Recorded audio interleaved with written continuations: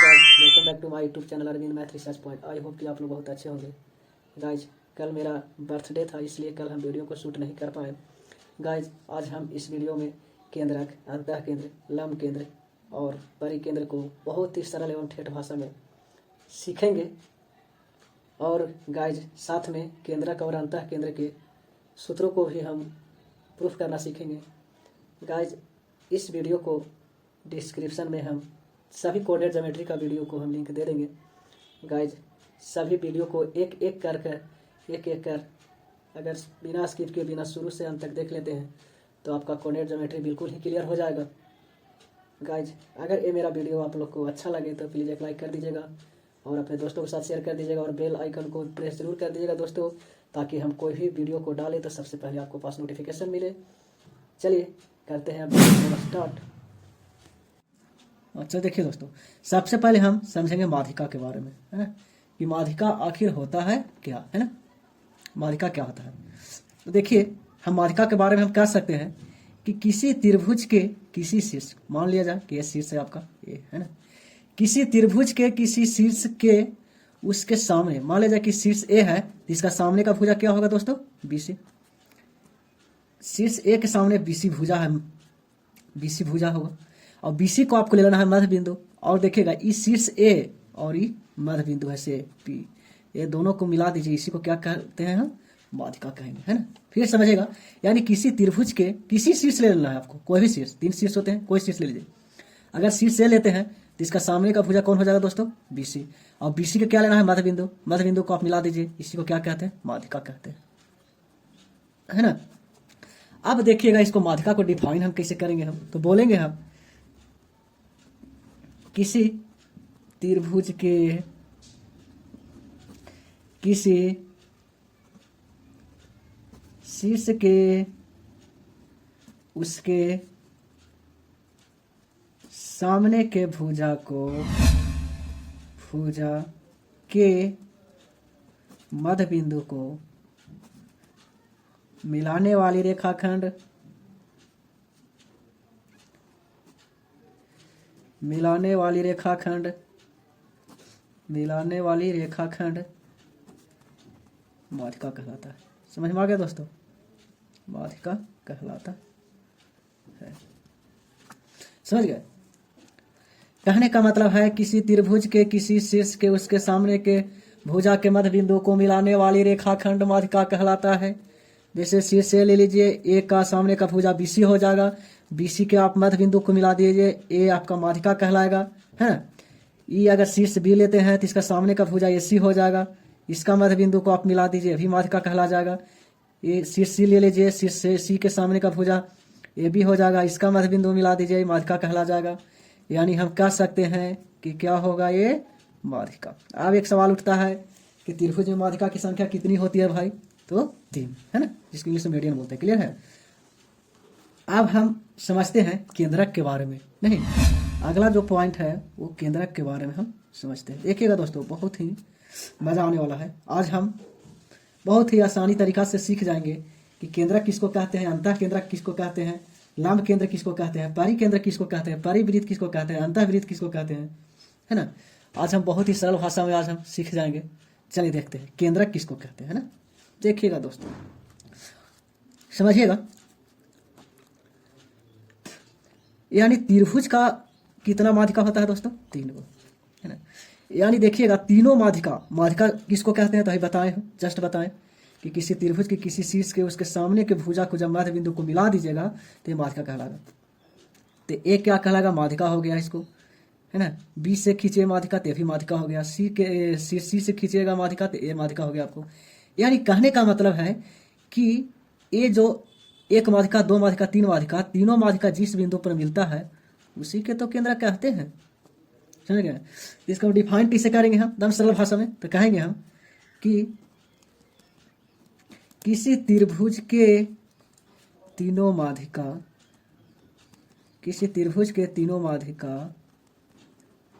जिस बिंदु पर मिलती है उसे उस त्रिभुज का उस त्रिभुज का केंद्रक कहलाता है, केंद्रक कहलाता है। समझिएगा दोस्तों। अभी आपने देखा, यानी किसी त्रिभुज के तीनों माध्यिका है ना, तीनों माध्यिका को आप मिला दीजिए। ए आपका माध्यिका होगा, एक माध्यिका, ये दूसरा माध्यिका हो गया, और ये क्या हो गया, तीसरा माध्यिका। और देखिए दोस्तों, तीनों माध्यिका जिस बिंदु पर मिलेगा इसी को तो केंद्रक कहते हैं, केंद्रक कहते हैं। क्लियर है। हम केंद्रक का सूचित आई से करते हैं, समझिएगा।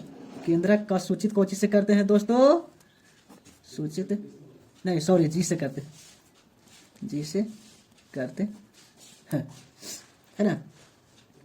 केंद्रक का सूचित कैसे करते हैं, जी से, है ना। केंद्रक का एक और नाम है गुरुत्व केंद्र। क्या है दोस्तों, गुरुत्व केंद्र। केंद्रक का एक और नाम है गुरुत्व केंद्र नाम है ना, गुरुत्व केंद्र। चलिए, केंद्रक का सूचित कैसे करते हैं दोस्तों, जी से, आपने देख लिया। अब देखिएगा नोट पॉइंट जो है, जो बहुत ही इंपॉर्टेंट पॉइंट है, जो आपका ए है कि त्रिभुज का जो केंद्रक होता है ना, किसी त्रिभुज का केंद्रक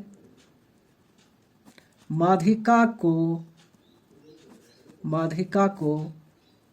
2:1 के अनुपात में अंतः विभाजन करती है, अंतः विभाजन करती है। बात समझिएगा दोस्तों। यानी त्रिभुज का जो केंद्रक होता है ना, ये केंद्रक हुआ, यानी केंद्रक जी है, जो इस माध्यिका को 2:1 के अनुपात में अंतः विभाजन करता है। यानी 2 भाग एन तो 1 भाग एन, 2 भाग इधर तो 1 भाग इधर। यानी कह सकते हैं कि 2:1 के अनुपात में 2:1 के अनुपात में 2:1 के अनुपात में, है ना। यानी किसी त्रिभुज का केंद्रक जो होता है, जो माध्यिका को 2:1 के अनुपात में अंतः विभाजन करती है। समझ में आ गया होगा। चलिए, अब हम आगे बढ़ते हैं, आगे अंतः केंद्र की ओर। दूसरा क्या है दोस्तों, अंतः केंद्र, है ना। केंद्रक को हम सेंट्रॉइड बोलते हैं, अंतः केंद्र को इंसेंटर बोलते हैं। यह है अंतः केंद्र किसको कहते हैं। देखिए दोस्तों, जो अंतः केंद्र जो होता है ना, देखिएगा आप अपने से डिफिनेशन बोल सकते हैं। यानी ये जो लंब समद्विभाजक कोण समद्विभाजक रेखा होता है, ठीक है। जैसे ई कोण है ना, मान लिया जाए ए बी सी एक त्रिभुज है। कोण बी को अगर 2 बराबर भाग में समद्विभाजक क्या समझते हैं, 2 बराबर भागों में बांटना। समद्विभाजक कोण या फिर कोण समद्विभाजक, यानी किसी भी कोण को 2 बराबर भाग में बांटना। यानी कोण बी को आप 2 बराबर भाग में बांट दीजिए तो क्या कहलागा आपको, यानी ए और ए दोनों आपस में कोण समान होंगे, है ना। आप सी को भी 2 बराबर भाग में बांट दीजिए, है ना। यानी ए और ए कोण आपस में समान होंगे। इसको भी 2 बराबर भाग में बांट दीजिए, एक कोण और एक कोण समान होंगे। जब आप देखिएगा इस कोण का भी समद्विभाजक रेखा, इस कोण का भी समद्विभाजक रेखा, इस कोण का भी समद्विभाजक रेखा, आप तीनों रेखा कहीं पर मिल रहा है, ये जहां पर मिलेगा इसी को तो बोलते हैं अंतः केंद्र, अंतः केंद्र, जिसका सूचित हम आई से करते हैं। समझ गए दोस्तों। तो इसको डिफाइन हम कैसे करेंगे, तो हम कहेंगे हम किसी त्रिभुज के तीनों कोणों के समद्विभाजक रेखा, तीनों कोणों के समद्विभाजक रेखाखंड जिस बिंदु पर मिलती है, उसे अंतः केंद्र कहलाता है, अंतः केंद्र कहलाता है। समझिएगा दोस्तों। अभी बताएं हम, यानी एक त्रिभुज लेते हैं, है ना, कोई भी कैसे भी त्रिभुज होना चाहिए। ये त्रिभुज का 2 बराबर भाग में बांट दीजिए कोण को, है ना। ये हो गया, इस कोण का ही 2 बराबर भाग में बांट दीजिए, इस प्रकार हो गया। इस कोण का ही 2 बराबर भाग में बांट दीजिए, ये हो गया। देखिए तीनों कोणों का जो समद्विभाजक रेखाखंड जो है, तो कहाँ पर तो मिलेगा, कहीं पर मिलेगा। तो ये मान लीजिए किस बिंदु पर मिलता है, तो इसी को तो बोलते हैं अंतः केंद्र, अंतः केंद्र। अंतः केंद्रों को हम सूचित हम क्या चीज से करते हैं दोस्तों, आई से। क्लियर है। और केंद्र को जी से। यहां तक समझ में आ गया दोस्तों। चलिए नोट पॉइंट थोड़ा देखिएगा नोट में, है ना। अंतः केंद्र से ही अंतः वृत्त का निर्माण होता है। क्लियर है। अंतः केंद्र से ही अंतः वृत्त का निर्माण होता है। अंतः वृत्त का निर्माण होता है समझ गए दोस्तों। देखिएगा, जैसे समझिएगा, ये क्या है, एक त्रिभुज है, यानी इसी त्रिभुज के, है ना, इस त्रिभुज का जो तीनों भुजा होगा, जो वृत्त का क्या होंगे, स्पर्श रेखा होंगे। इसी को हम बोलते हैं क्या, अंतः केंद्र। ये हो गया, इसको बोलते हैं अंतः वृत्त। इस वृत्त को हम क्या बोलेंगे, हम अंतः वृत्त बोलेंगे। नहीं, क्या है, तो एक त्रिभुज के अंदर में, है ना। तब इस पर देखिएगा, ये जो हम रेखा खींचेंगे, है ना, इस क्या करेगा, ये दो बराबर भाग बांट देंगे, कौन समद्विभाजक होगा, ये भी क्या होंगे, कौन समद्विभाजक होंगे, ये भी क्या होगा, कौन समद्विभाजक होगा, है ना। तो इसी को क्या कहते हैं, अंतःवृत्त। यानी अंतः केंद्र से अंतःवृत्त का ही निर्माण होता है। क्लियर है। फिर से एक बार देख लेते हैं, है ना। सबसे पहले केंद्र किसको कहते हैं, तो किसी त्रिभुज का तीनों माध्यिका जिस बिंदु पर मिलता है उसे केंद्र कहते हैं। किसी त्रिभुज के तीनों माध्यिका जिस बिंदु पर मिलते हैं उसे केंद्र कहते हैं। केंद्र का सूचित जी से करते हैं, है ना। अब आगे हो गया, यानी त्रिभुज का जो केंद्रक जो होता है वो त्रिभुज के माध्यिका को 2:1 के अनुपात में अंतः विभाजन करता है। अंतः केंद्र किसको कहते हैं भाई, तो किसी त्रिभुज के तीनों कोणों को समद्विभाजक रेखाखंड जिस बिंदु पर मिलता है उसे अंतः केंद्र कहते हैं। यानी तीनों कोण का समद्विभाजक रेखाखंड होना चाहिए, जिस बिंदु पर मिलेगा उसको अंतः केंद्र कहते हैं। अंतः केंद्र को हम आई से सूचित करते हैं। चलिए दोस्तों, यहाँ तक आप, आई होप कि यहाँ तक आप समझ गए होंगे। आगे बढ़ते हैं,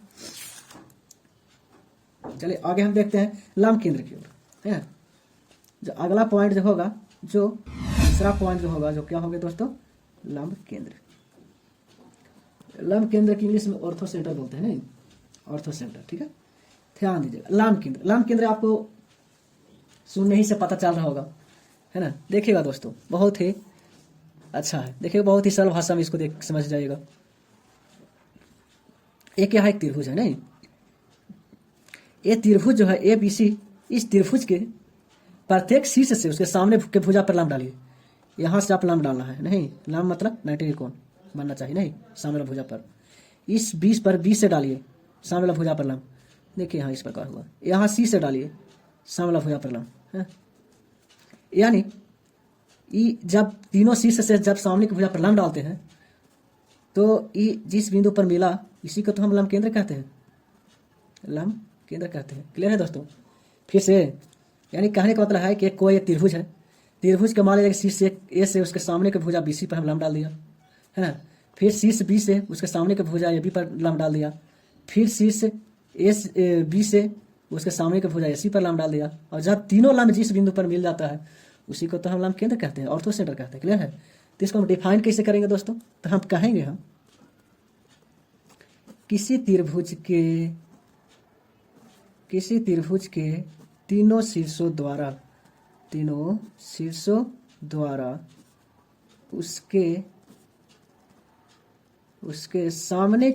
उसके सामने के भुजा पर है ना डाला गया लंब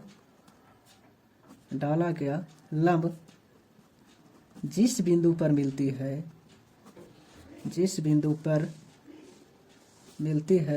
उसे लंब केंद्र कहते हैं। देखिएगा दोस्तों, यानी किसी त्रिभुज के तीनों शीर्षों द्वारा, है ना, ये क्या है, कोई त्रिभुज है ना, किसी त्रिभुज के तीनों शीर्षों द्वारा, ABC क्या है दोस्तों, शीर्ष है। तीनों शीर्षों द्वारा उसके सामने के भुजा पर लंब डाल दीजिए, इसको इस पर डाल दीजिए लंब, इस शीर्ष C से यहाँ पर सामने के भुजा पर डाल दीजिए लंब, शीर्ष A से इसका सामने के भुजा पर डाल दीजिए लंब, है ना। और ये तीनों लंब जिस बिंदु पर मिलता है इसी को तो हम लंब केंद्र कहते हैं, है ना दोस्तों। यानी किसी त्रिभुज के तीनों शीर्षों द्वारा उसके सामने के भुजा पर डाला गया लंब जिस बिंदु पर मिलती है उसे ही तो लंब केंद्र कहते हैं दोस्तों। अब देखिएगा, चौथा जो पॉइंट है वो लंब केंद्र के बाद आता है, है ना। क्या आता है दोस्तों, परिकेंद्र।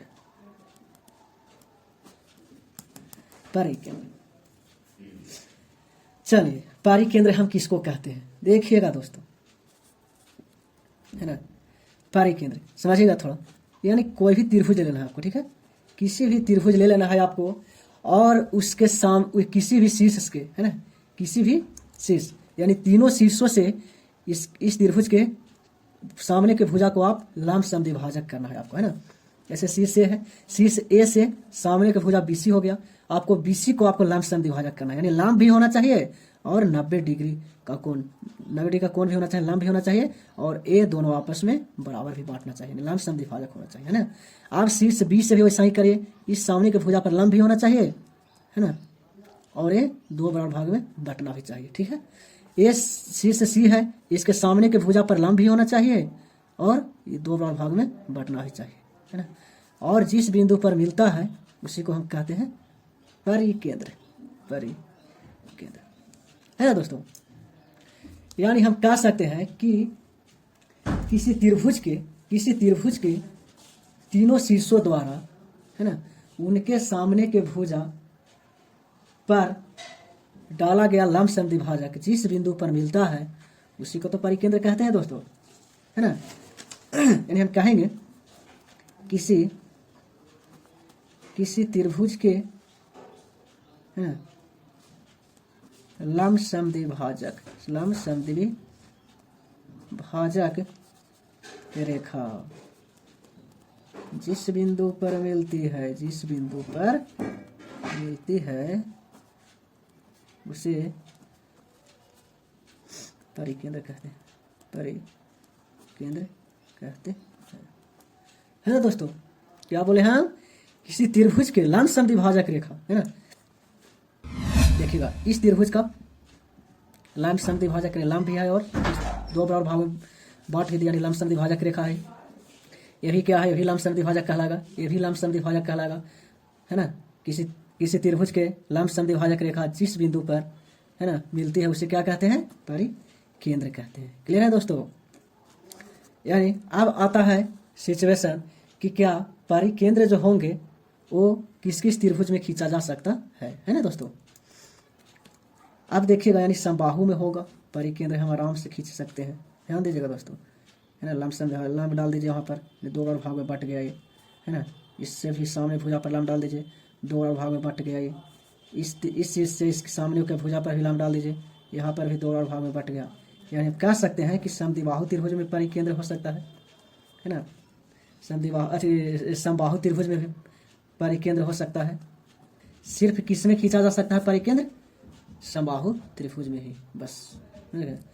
इस ये भुजा दोनों समान थोड़े है कि दोनों 2 बराबर भाग में इसको बांटेगा, समद्विभाजक करेगा तो लंब होगा, नहीं। परिकेंद्र सिर्फ कहाँ किस में खींचा जा सकता है ना, किस में बन सकता है, तो ये समबाहु त्रिभुज में, है ना। समझिएगा, परिकेंद्र से ही परिवृत्त का निर्माण होता है ना। नोट पॉइंट आप कह सकते हैं, है ना, नोट पॉइंट कह सकते हैं कि परिकेंद्र से परिवृत्त का निर्माण होता है,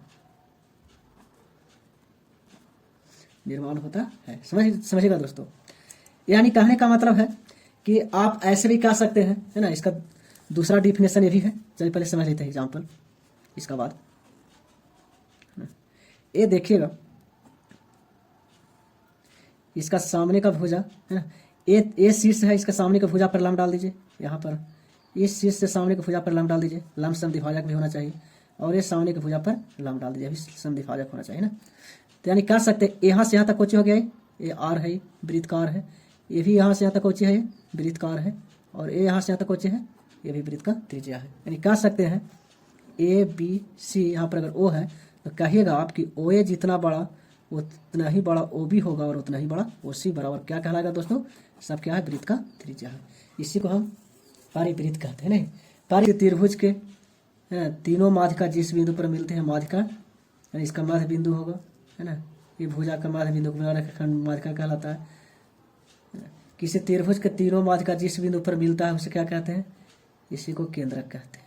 केंद्रक का सूचित जी से करते हैं। आपके आ जाते हैं क्या, आपकी देख लेते हैं अंतः केंद्र, है ना। अंतः केंद्र कब बनते हैं, तो तीनों कोणों को समद्विभाजक रेखा हुआ, तीनों कोणों का समद्विभाजक, यानी 2 बराबर भाग में बांटते हुए इस कोण को जाएगा रेखा, है ना। तीनों कोणों का समद्विभाजक रेखा जिस बिंदु पर मिलता है उसे क्या कहते हैं? अंतः केंद्र कहते हैं। क्लियर है। आगे आपकी क्या हो गया? लंब केंद्र, है ना। किसी त्रिभुज के तीनों शीर्षों द्वारा उनके सामने की भुजा पर डाला गया लंब। तीनों शीर्ष से आप तीनों उसके सामने की भुजा पर लंब डालिए, है ना। लंब डालते हैं तीनों शीर्षों से उसके सामने की भुजा पर, तब जिस बिंदु पर तीनों लंब जो है ना, मिलती है उसी को क्या कहते हैं हम? इस लंब केंद्र कहते हैं, लंब केंद्र कहते हैं। आगे हो गया क्या? परिकेंद्र। परिकेंद्र क्या होता है दोस्तों? तो परिकेंद्र जो होता है, जो किसी त्रिभुज के, है ना, लंब समद्विभाजक रेखा होना चाहिए। लंब समद्विभाजक रेखा, जैसे इस सामने की भुजा पर लंब भी डालना चाहिए और दो बराबर भाग में बांट भी देना चाहिए, है ना। किसी त्रिभुज के, है ना, लंब समद्विभाजक रेखा जिस बिंदु पर मिलती है उसी को तो कहते हैं, क्या कहते हैं? परिकेंद्र कहते हैं। समझिएगा दोस्तों, क्या है? ये दोनों बराबर भाग में बट भी गया, ये दोनों बराबर भाग में बट गया और ये लंब भी है, इसको क्या कहते हैं? इसको हम परिकेंद्र कहते हैं, है ना। परिकेंद्र सिर्फ किस त्रिभुज में खींचा जा सकता है? सिर्फ समबाहु त्रिभुज में, बस। समबाहु त्रिभुज ही ऐसा त्रिभुज है जिसमें हम परिकेंद्र होता है, और कोई भी त्रिभुज में परिकेंद्र का निर्माण नहीं किया जा सकता है। ठीक है दोस्तों, चलिए हम आगे देखते हैं। किसी त्रिभुज के, है ना, केंद्र का निर्देशांक ज्ञात कर, है ना। आप देख लिए दोस्तों, केंद्र क्या है, अंतः केंद्र क्या है, लंब केंद्र क्या है ना, और फिर परिकेंद्र क्या है ना। अब इनका हम निर्देशांक कैसे ज्ञात करेंगे? अब थोड़ा निर्देशांक के बारे में थोड़ा सा हम समझ लेते हैं, है ना। हम ज्ञात करते हैं निर्देशांक, है ना। किसी त्रिभुज के केंद्र का निर्देशांक ज्ञात कैसे करेंगे हम? तो हम मान लेते हैं कि ABC क्या है दोस्तों? त्रिभुज है। समझिएगा थोड़ा गौर से, है ना। क्या है? ABC क्या है दोस्तों? निर्देशांक है ना। अभी जस्ट ही तो देखे, डिफिनेशन को देखे हम कि किसी त्रिभुज के तीनों माध्यिका जिस बिंदु पर मिलती है उसे क्या कहते हैं? केंद्रक कहते हैं, है ना। ध्यान दीजिएगा दोस्तों, माध्यिका क्या होता है? तो उनके सामने के भुजा के समद्विभाजक रेखा, है ना। उनके सामने के भुजा को मध्य बिंदु को मिलाता है उनके सामने का शीर्ष से, यानी क्या है? ये माध्यिका होगा, है ना। जब किसी त्रिभुज के किसी शीर्ष के उसके सामने के भुजा को मध्य बिंदु को मिलाने वाले रेखाखंड जो होता है वो माध्यिका कहलाता है। यानी कहने का मतलब है कि ये आपका माध्यिका हो गया, है ना। और ये आपका माध्यिका हो गया। अब इससे इसके सामने के भुजा के मध्य बिंदु को मिला दीजिए, भी माध्यिका हो गया, ये भी माध्यिका। यानी कहने का मतलब है कि किसी त्रिभुज के तीनों माध्यिका जिस बिंदु पर मिलता है उसी को तो हम केंद्र कहते हैं, इसको हम जी से सूचित करते हैं, नहीं दोस्तों। तो हम मान लिया जाए कि ABC एक त्रिभुज है जो इनका सामने का भुजा जो है BC को P बिंदु पर, है ना, यानी P जो है सो मध्य बिंदु है BC का, P जो है मध्य बिंदु है और ये मिला रहा है ना। तो क्या कहलाएगा? आपको माध्यिका कहलाएगा, है ना। यहाँ पर मान लेते हैं, माना कि ABC एक त्रिभुज है ना, जिसका शीर्ष A के निर्देशांक, A का निर्देशांक दोस्तों मान लेते हैं x1 y1, शीर्ष B के निर्देशांक x2 y2 मान लेते हैं, शीर्ष C का निर्देशांक x3 y3 मान लेते हैं। ध्यान से देखिएगा दोस्तों, ये मान लिया x1 y1 और इसको मान लेते हैं x2 y2 और C को मान लेते हैं x3 y3। ध्यान दीजिएगा दोस्तों, अब यहाँ पर आप कह सकते हैं कि नहीं कह सकते हैं कि जब ABC जो है ना, जब माध्यिका है, AP जब माध्यिका है तो P जो होगा जो BC का मध्य बिंदु होगा, है ना। समझ गए? यानी हम कह सकते हैं कि P जो है, P भुजा BC के मध्य बिंदु है, समझ गए दोस्तों। P जो है जो BC का मध्य बिंदु है ना। ये भी एक यहाँ पर लिख सकते थे कि AP BQ तथा CR माध्यिका है ना। समझिएगा दोस्तों, यानी P जो है जो BC का मध्य बिंदु है, तो जब P जब BC का जब मध्य बिंदु है तो हम P का निर्देशांक तो निकाल सकते हैं दोस्तों। अगर P का अगर हम x कोऑर्डिनेट निकालेंगे हम, है ना, तो क्या हो जाएंगे x2 प्लस x3 बटा 2, x2 प्लस x3 बाई 2। मध्य बिंदु का फॉर्मूला पर इसको हम बैठा के हम निकाल रहे हैं। P का अगर y कोऑर्डिनेट हम निकालते हैं तो y2 प्लस y3 बटा 2, यानी P का जो कोऑर्डिनेट हो जाएंगे फाइनली कोऑर्डिनेट जो x2 प्लस x3 बटा 2 और y2 प्लस y3 बटा 2। चलिए दोस्तों, अब आप P का तो निर्देशांक यहाँ पर आप देख लिए, निकाल लिए नहीं, यानी क्या निकल गया आपको x2 प्लस x3 बटा 2 और y2 प्लस y3 बटा 2। अच्छा आप समझिएगा, तुरंत हम बताएं, थ्योरी में आपको हम बताएं कि जो त्रिभुज का जो केंद्रक होता है वो माध्यिका को 2:1 के अनुपात में अंतः विभाजन करता है ना। समझ गए दोस्तों। यहाँ पर हम कह सकते हैं कि बिंदु यहाँ पर हम कह सकते हैं कि बिंदु P और A को मिलाने वाली रेखाखंड, है ना, बिंदु G पर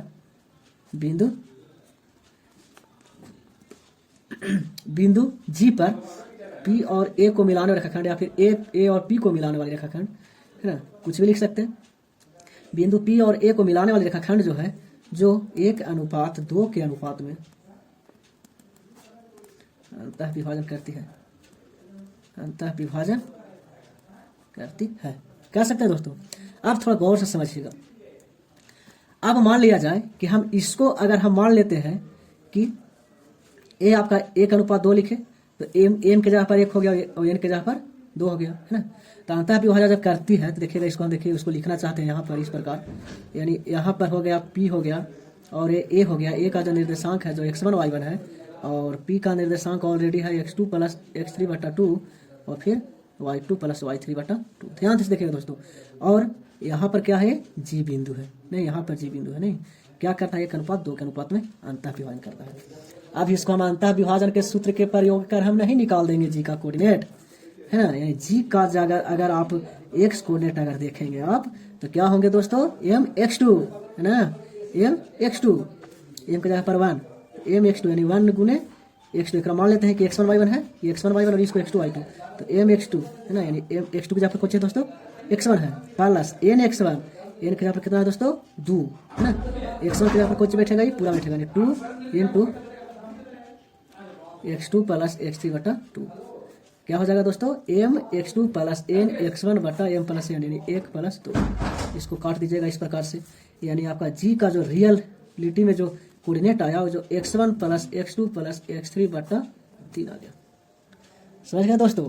अब इसी प्रकार से हम G का अगर हम y निर्देशांक निकालते हैं तो क्या हो जाएगा, y निर्देशांक निकालते हैं अगर तो हो जाएगा my2, x2 y2 मान है, नहीं एक मान ही मान x2 y2 मान लिया दोस्तों। ये मत समझिएगा कि x1 y1 बैठा रहे हैं, क्या हो जाएंगे my2, 1 गुने y2 के जगह पर y1 बैठा देना है, प्लस ny1, n के जगह पर 2 और y1 की जगह कितना बैठा देंगे दोस्तों, y2 प्लस y3 बटा 2 और बट्टा में 1 प्लस 2, फिर m प्लस n, ये 2 से 2 खत्म, यानी G का जो y कोऑर्डिनेट हमको निकल के आ गया y1 plus y2 plus y3 बटा 3, है ना। यानी हम कह सकते हैं कि G का जो फाइनली जो कोऑर्डिनेट आया, G का जो निर्देशांक आया वो क्या हो गया, x1 plus x2 plus x3 by 3 और फिर y1 plus y2 plus y3 by 3। Proof हो गया, यही तो हमको याद करना था। यानी हम कह सकते हैं कि किसी त्रिभुज के, यदि किसी त्रिभुज का निर्देशांक x1 y1 x2 y2 तथा x3 y3 अगर तीनों शीर्षों का निर्देशांक दिया है तो उसको हम केंद्र का निर्देशांक हम निकालेंगे। तो केंद्र का निर्देशांक क्या हो जाएंगे, x1 plus x2 plus x3 by 3 plus y1 plus y2 plus y3 by 3। ये प्रूफ हो गया। चलिए अब आगे हम आते हैं किसी त्रिभुज के, है ना, अंतः केंद्र का निर्देशांक याद करना, है ना। यानी किसी त्रिभुज है, कोई भी त्रिभुज है, उसको अंतः केंद्र को हम कैसे हम निकाल सकते हैं उसका देख लेते हैं थोड़ा फॉर्मूला, यानी फॉर्मूला कैसे प्रूव कर सकते हैं। देखिए दोस्तों, थ्योरी के अनुसार क्या हम थ्योरी बताएं कि किसी त्रिभुज के तीनों कोनों के समद्विभाजक रेखा, है ना, तीनों कोनों का समद्विभाजक रेखा करिए, है ना, समद्विभाजक रेखा, तीनों कोण का समद्विभाजक होना चाहिए, ठीक है।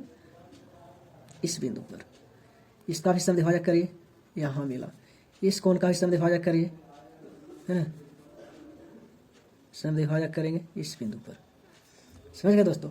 अब जिस बिंदु पर मिलता है उसी का तो क्या कहते हैं, इन सेंटर कहते हैं, अंतः केंद्र कहते हैं। ए हो गया, पी हो गया और सी हो गया। ध्यान देख दीजिएगा दोस्तों, यहाँ पर हम मान लेते हैं, माना कि ए बी सी एक त्रिभुज है जिसमें शीर्ष ए का निर्देशांक, इसको मान लेते हैं दोस्तों x1 y1, शीर्ष बी का निर्देशांक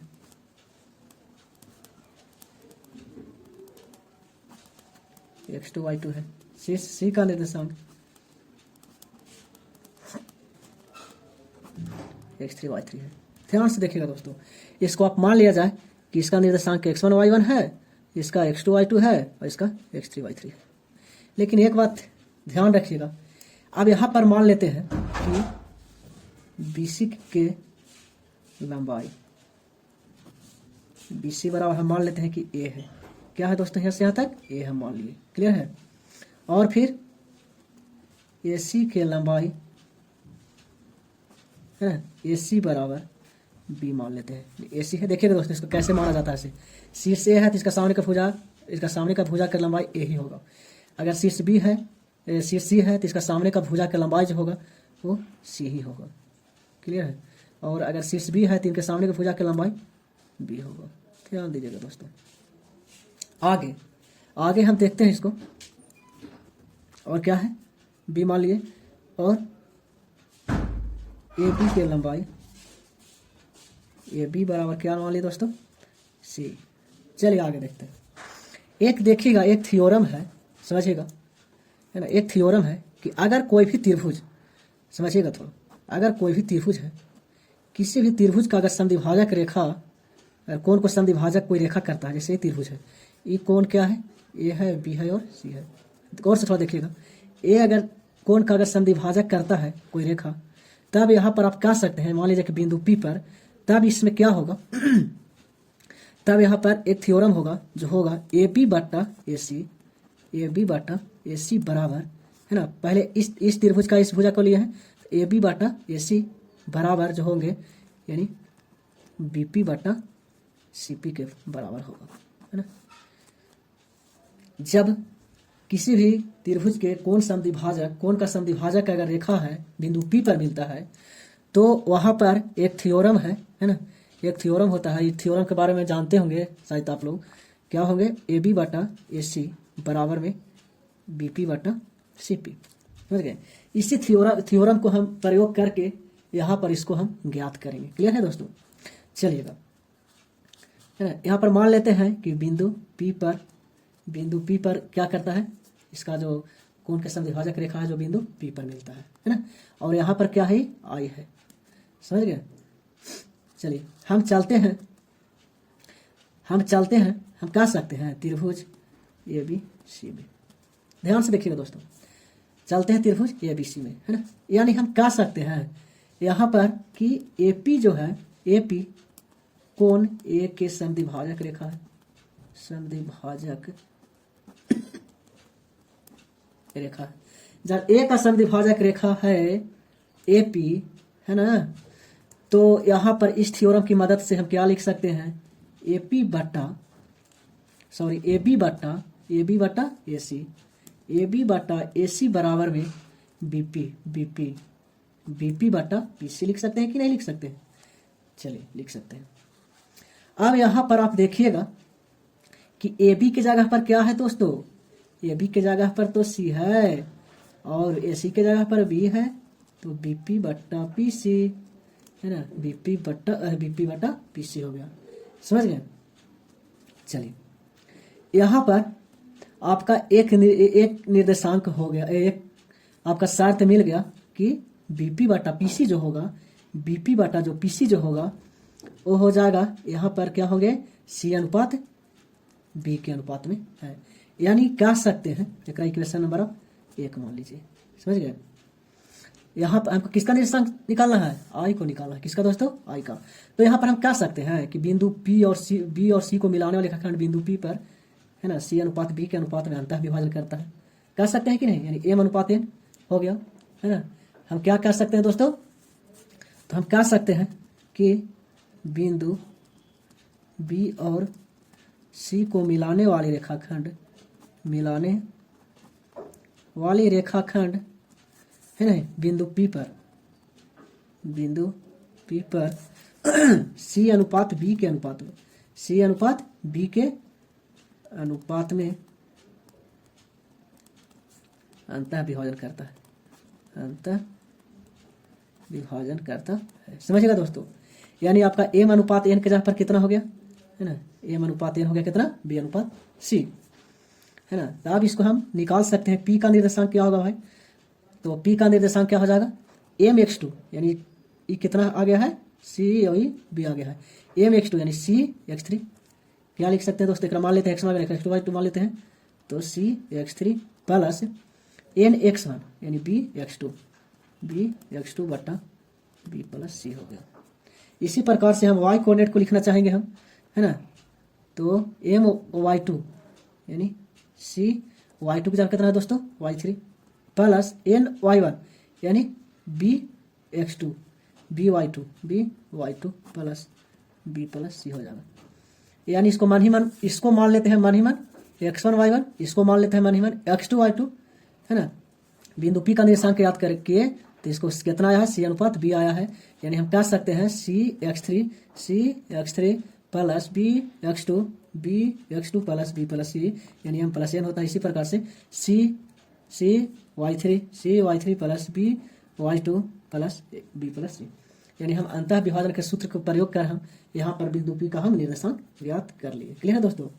चलिए अब तो बिंदु पी का निर्देशांक हमको आ गया है ना, लेकिन हमको ज्ञात क्या करना है दोस्तों, हमको ज्ञात करना है क्या कि निर्देशांक आई का निर्देशांक ज्ञात करना है। ठीक है, यानी हमको आई का निर्देशांक ज्ञात करना है। चलिएगा दोस्तों, आई का निर्देशांक ज्ञात करना है, तो अब देखिए तो चलते हैं किसमें, अब चलते हैं किसमें दोस्तों, त्रिभुज ए पी बी में।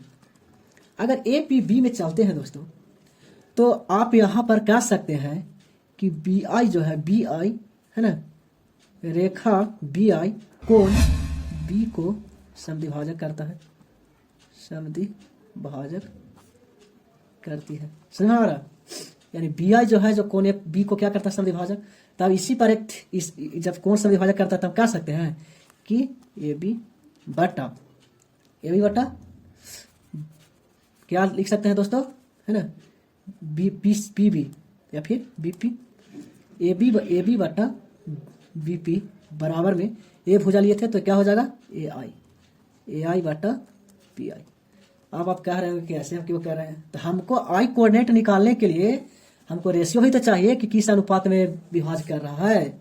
समझ गए दोस्तों। चलिए हमको यहाँ पर देखिएगा, ए बी का तो वैल्यू सी है तो सी यहाँ पर रख सकते हैं, है ना, लेकिन क्या है यहाँ पर बीपी जो है, बीपी का रियल वैल्यू हमको नहीं है ना, ये तो रेशियो का वैल्यू है, रियल वैल्यू नहीं है दोस्तों, है ना। तो देखिएगा यहाँ पर हमको समीकरण एक आया था,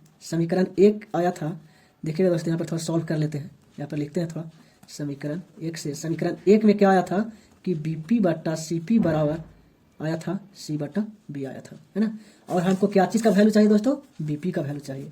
समझ गए, बीपी का वैल्यू चाहिए। अच्छा, इसको हम पलट सकते हैं, ठीक है, पलट सकते हैं इसको। अगर दोनों साइड, अगर एल एच एस और एच एस दोनों साइड को एक साथ पलटते हैं कोई दिक्कत नहीं है, रेशियो में ही, अनुपात में ही बराबर ही रहेंगे, है ना।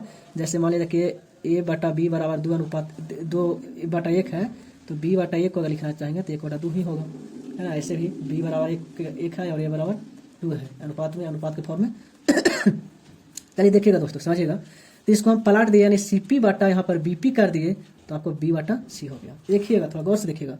आप क्या करते हैं दोस्तों कि दोनों तरफ एक को ऐड करते हैं, एक जोड़ने पर दोनों तरफ जैसे ही ऐड करते हैं एक, तो आपको 1/1 कर सकते हैं इसको, बी बटा सी, दोनों तरफ हम 1 को जोड़ दिए। चलिए देखिएगा दोस्तों, जब जोड़ते हैं तो क्या हो जाएगा, इसको बीपी एलसीएम हो जाएगा, यानी सीपी बटा बीपी बराबर में सी एलसीएम हो जाएगा, यानी बी बटा सी हो गया, है ना। चलिए आप चित्र के अनुसार देखिएगा, तो देखिएगा चित्र के अनुसार, देखिएगा दोस्तों, यहाँ पर चित्र के अनुसार देखिएगा तो सीपी बटा बीपी, है ना, सी पी बटा बी पी। आप पूरा की जगह पर क्या लिख सकते हैं दोस्तों, ये लिख सकते हैं, है ना, यानी यहाँ पर लिख दे रहे हैं C P plus B P बराबर क्या लिख सकते हैं दोस्तों, ये देखे ना, C P plus B P बराबर क्या लिख सकते हैं, ये रख सकते हैं, ये लिख दीजिए यहाँ पर ये। और बटा क्या होगा दोस्तों, बी पी बराबर में बी प्लस सी बटा सी। चलिए थोड़ा गौर से देखिएगा, इसको हमको क्या चीज़ का वैल्यू हमको निकालना है, तो बीपी का निकालना है, इसीलिए हम कितना करने पड़ रहा है दोस्तों। अब हमको बीपी का जब वैल्यू निकालेंगे हम, तो यहाँ पर हो जाएगा बीपी बराबर, है ना, ए सी बटा बी प्लस सी हो जाएगा। अब हमको बीपी का मान निकल गया, है ना। अब देखिए बीपी का वैल्यू निकल गया, आप तो यहाँ पर रख सकते हैं ना दोस्तों, ए बी का वैल्यू कितना है चित्र के अनुसार, ए बी कितना है दोस्तों, तो सी है, यहाँ पर हम सी रख सकते हैं। अब हमको बीपी का वैल्यू कितना आ गया है, तो आया है ए सी बट्टा बी प्लस सी आ गया है, यानी ए आई बट्टा पी आई, है ना, देखिएगा दोस्तों, है ना, सी से सी खत्म हो गया, है ना, ए आई बट्टा पी आई, है ना। तो एक यहाँ कहाँ चल जाएगा, ये ऊपर में चल जाएगा, कहाँ चल जाएगा दोस्तों, ऊपर में बी प्लस सी बट्टा ए बराबर में ए आई बट्टा पी आई आ गया, ए आई बट्टा पी आई, है ना। यानी हमको देखिएगा, अब इसको हम कह सकते हैं कि ए आई जो है, जो बी प्लस सी आ गया रेशियो, और पी आई जो है, जो कितना है दोस्तों, ए के बराबर है। अब देखिएगा हमको कैसे देखिए प्राप्त हुआ होगा, देखिए थोड़ा चित्र को हम छापना चाहेंगे, फिगर को छापना चाहेंगे, है ना। देखिए बिंदु शीर्ष ए है जो x1 y1 है, देखिए दिखाई दे रहा होगा दोस्तों आपको, ए का निर्देशांक x1 y1 है ना, x1 y1 है एक का निर्देशांक, और पी का जो निर्देशांक है, पी का जो कोऑर्डिनेट जो आया है दोस्तों, वो देखिए यहाँ पर आ गया है कितना, cx3 प्लस bx2 बटा आया है b प्लस सी आया है, और y निर्देशांक जो आया है वो है cy3 प्लस by2 बटा b प्लस सी आ गया, है ना। और देखिएगा इसी के मध्य में एक क्या है दोस्तों, देखिएगा i है, बिंदु i है, जो इसका m अनुपात n का जो वैल्यू जो आया है, वो आया है b प्लस सी अनुपात a के फॉर्म में, यानी a है b प्लस सी और a है a। हम कह सकते हैं ये क्या है दोस्तों, यहाँ पर i, है ना। ये फिगर को देखिएगा, ये चित्र को यहाँ से काट के हम, ये फिगर को इसको हम काट के और इस स्थान पर रख दिया है हम। अब यहाँ पर देखिए लैंग्वेज अब क्या लिख सकते हैं दोस्तों, अब देखिएगा यहाँ पर हम लिख सकते हैं कि बिंदु ए और पी को मिलाने वाली रेखाखंड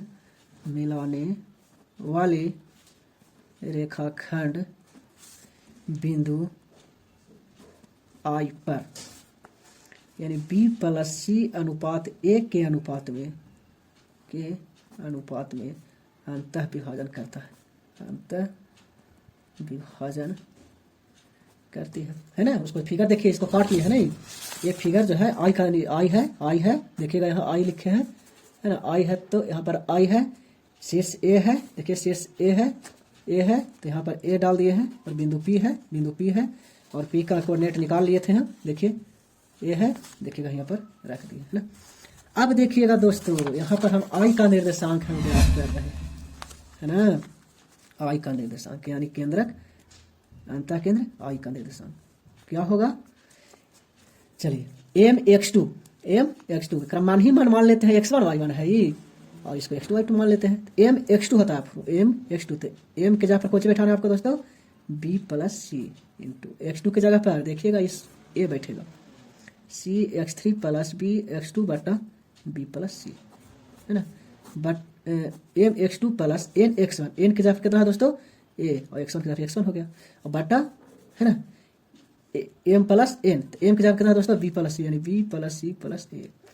चलिए x कोऑर्डिनेट तो निकल गया, इसी प्रकार से हम y कोऑर्डिनेट निकालते हैं, तो होता है कुछ my2 यानी b प्लस सी, है ना, y2 यहाँ कुछ बैठाना है दोस्तों, cy3 प्लस by2 बटा b plus C plus nx1, n की जगह कितना y1, तो y1 की जगह y1 ही है, तो b plus C plus a। चलेगा दोस्तों, ए बी प्लस सी से खत्म, बी प्लस सी से खत्म, यानी आई का जो फाइनली जो रिजल्ट आया वैल्यू वो आ गया A x1 plus B x2 plus C x3 बटा A plus B plus C, और फिर आ गया क्या A Y one plus B Y two plus C Y three बटा A plus B plus C. यानी हम कह सकते हैं कि किसी त्रिभुज के, है ना, यदि किसी त्रिभुज के तीनों शीर्षों का निर्देशांक, यदि किसी त्रिभुज के तीनों शीर्षों का निर्देशांक यदि ए x1 y1 है और शीर्ष बी का निर्देशांक x2 y2 है और शीर्ष सी का निर्देशांक x3 y3 है, तब, है ना, तब अंतः केंद्र I का जो निर्देशांक होगा, I का निर्देशांक जो होगा वो x1 plus B x2 plus C x3 बटा A plus B plus C, A y1 plus B y2 plus C y3 बटा A plus B plus C हो जाएगा, जहाँ की BC बराबर ए हो, AC बराबर बी हो और AB बराबर सी हो। समझ गए दोस्तों? चलिए गाइज, हम अगले वीडियो में अंतः केंद्र को, केंद्रक को, लंब केंद्र को, है ना, और परिकेंद्र को हम निकालना सीखेंगे। गाइज, अगर ये मेरा वीडियो आप लोग को अच्छा लगा होगा तो अपने दोस्तों के साथ शेयर कर दीजिएगा और एक लाइक कर दीजिएगा और गाइज बेल आइकन को प्रेस कर दीजिएगा ताकि हम कोई भी वीडियो अपलोड करें तो आपको सबसे पहले नोटिफिकेशन प्राप्त हो। गाइज, आप करते हैं वीडियो को समाप्त। जय हिंद। बाय दोस्तों।